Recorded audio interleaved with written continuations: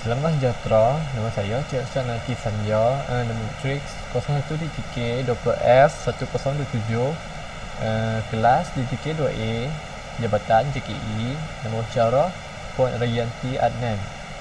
Hari ini saya ingin menerangkan tentang tajuk etika dan peradaban untuk pedofilia. Mari kita mula dengan pendahuluan.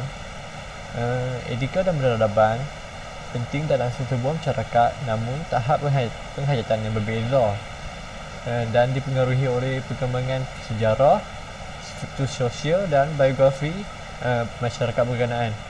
Etika dan peradaban penting dalam sebuah masyarakat supaya masyarakat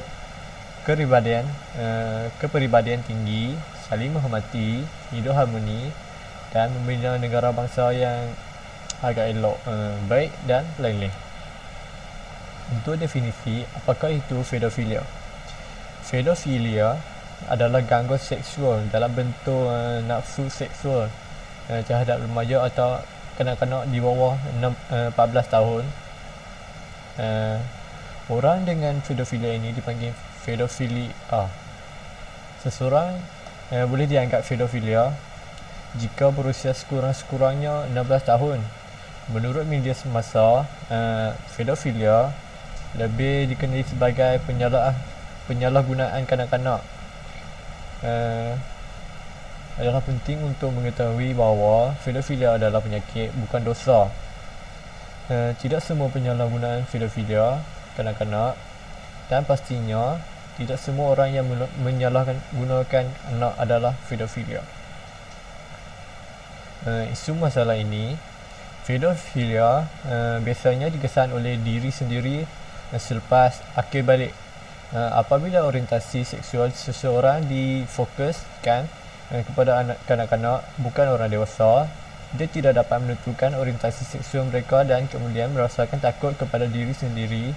Mereka juga sering mengalami diskriminasi sosial, sukar bagi mereka untuk terlibat dalam komuniti dan berhubung dengan orang lain. Ini menjadikan tertarik kepada kanak-kanak kerana mereka masih tidak bersalah dan tidak menghakimi seperti orang dewasa. Menurut pesakit, gejala pedofilia termasuk rasa rendah diri, terpencil dan bahkan tertekan. Mereka takut bahawa orientasi seksual mereka diketahui, jadi mereka mengasingkan diri daripada orang lain. Faktor penyebab pedofilia masih belum diketahui dengan jelas kerana penyakit psikologi baru-baru ini dikaji oleh lebih lanjut. Sejak 2002, beberapa kajian mengenai pedofilia dari faktor biologi telah dijalankan. Beberapa faktor dan teori dalam menentukan punca pedofilia seperti penyakit pedofilia ini akan mempunyai IQ yang rendah dan ingatan jangka pendek, kekurangan bahan putih di dalam otak, kekurangan testosteron dan masalah otak. Untuk penyelesaian, pedofilia adalah penyakit kronik. Rawatan anda mesti tertumpu kepada perubahan tingkah laku untuk jangka panjang untuk pesakit. Rawatan adalah dalam bentuk memerhati dan menjangkakan perbuatan jenayah. Pesakit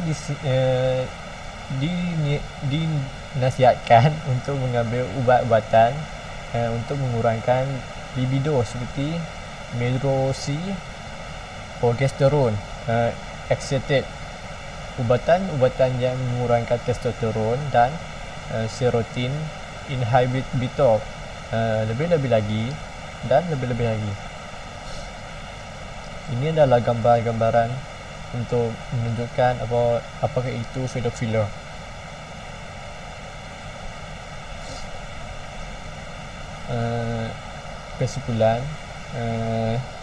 Kesimpulannya, kita boleh simpulkan bahawa penyakit pedofilia adalah isu yang agak membimbangkan masyarakat, terutamanya golongan kanak-kanak kan.